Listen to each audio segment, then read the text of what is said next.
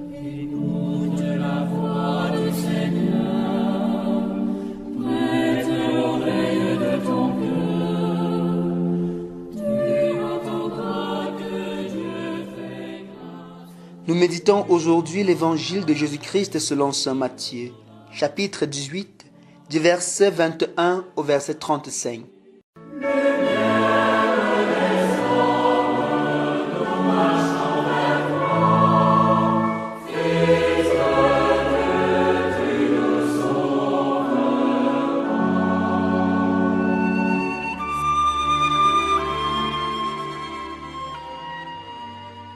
En ce temps-là, Pierre s'approcha de Jésus pour lui demander, « Seigneur, lorsque mon frère commettra des fautes contre moi, combien de fois dois-je lui pardonner? Jusqu'à 7 fois ?» Jésus lui répondit, « Je ne te dis pas jusqu'à 7 fois, mais jusqu'à 70 fois 7 fois. » Ainsi, le royaume des cieux est comparable à un roi qui voulut régler ses comptes avec ses serviteurs. Il commençait quand on lui amena quelqu'un qui lui devait 10 000 talents, c'est-à-dire 60 millions de pièces d'argent. Comme cet homme n'avait pas de quoi rembourser, le maître ordonna de le vendre avec sa femme, ses enfants et tous ses biens en remboursement de sa dette. Alors, tombant à ses pieds, le serviteur demeurait prosterné et disait, « Prends patience envers moi et je te rembourserai tout. » Saisi de compassion, le maître de ce serviteur le laissa partir et lui remit sa dette. Mais, en sortant, ce serviteur trouva un de ses compagnons qui lui devait 100 pièces d'argent. Il se jeta sur lui pour l'étrangler en disant « Rembourse ta dette !»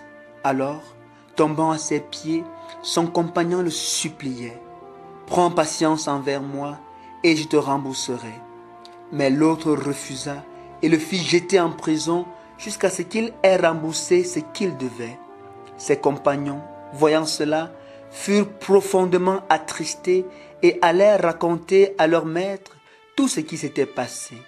Alors, celui-ci le fit appeler et lui dit, « Serviteur mauvais, je t'avais remis toute cette dette parce que tu m'avais supplié.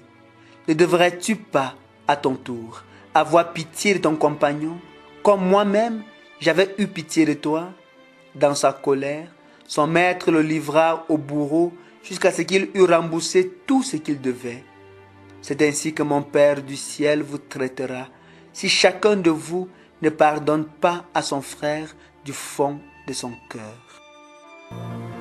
Ta parole, Seigneur, elle est comme la pluie qui féconde la terre et fait naître la vie. Fais de nous ce terrain qui pourra l'accueillir et portera des fruits que d'autres iront cueillir. Ta parole, Seigneur, elle est comme la pluie qui féconde la terre et fait naître la vie.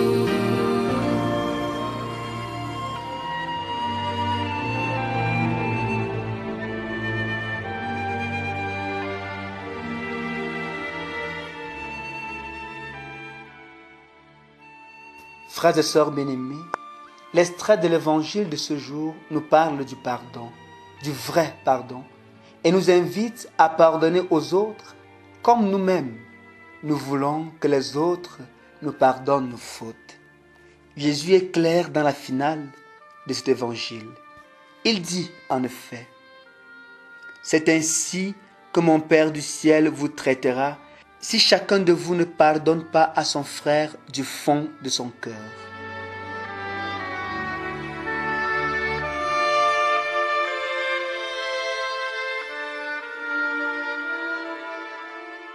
Bien-aimés, pour faire comprendre cela à ses auditeurs, Jésus leur raconte la parabole d'un homme qui devait à son maître et à qui le maître a fait grâce de toute sa dette parce qu'il l'avait supplié et n'avait pas de quoi payer sa dette.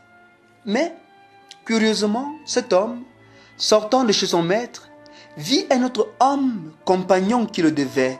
Il se jeta sur ce compagnon, le traita sans pitié malgré ses multiples supplications. jusqu'à ce que ce dernier ait remboursé toute sa dette.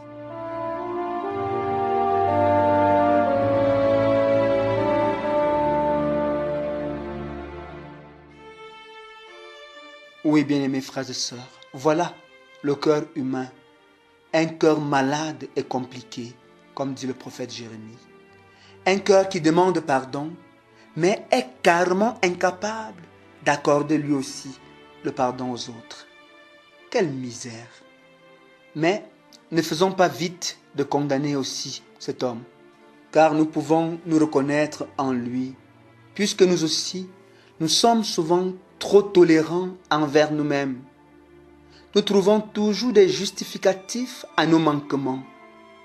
Cependant, nous traitons les autres avec une grande sévérité, avec une dureté sans nul autre pareil, sans aucune miséricorde. Voilà le comportement qui est parfois le nôtre.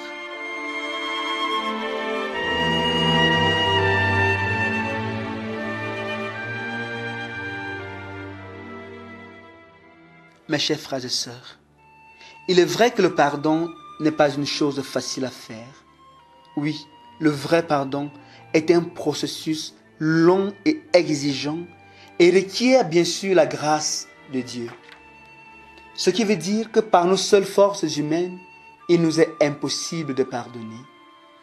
Nous avons besoin de la grâce de Dieu qui viendra au secours de notre volonté et de nos efforts dans le processus de pardon.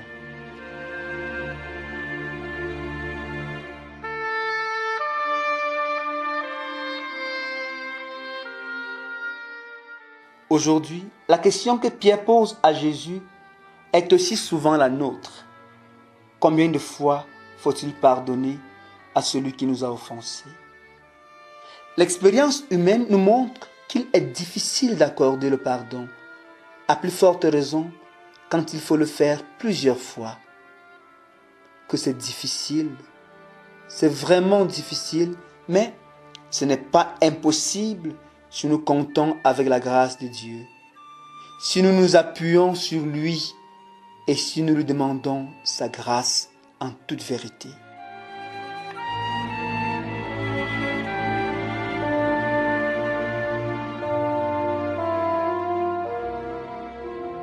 Mon frère, ma sœur, offre le pardon et reçois la paix. Oui, libère ton cœur, libère ta vie. Offre le pardon et reçois la paix. Ne perds pas tout ton temps à compter le nombre de fois où tu as été offensé. Certainement que tu en as fait pareil ou même pire aux autres. Sois un homme ou une femme de paix. N'empoisonne pas ta vie avec des rancœurs et des rancunes inutiles, avec le désir de vengeance qui ronge ton cœur. Si tu le fais, tu en deviendras prisonnier et incapable de mener une vie libre et heureuse. Pense-y en prenant tes décisions.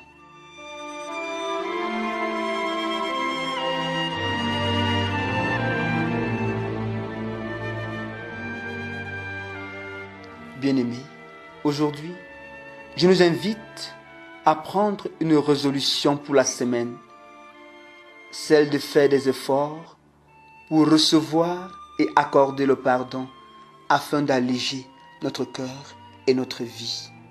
Mais alors, le vrai pardon, une fois de plus, offre le pardon et reçois la paix. Loué soit Jésus-Christ à jamais. Tu pardonnes sans compter, Dieu plus grand que notre cœur.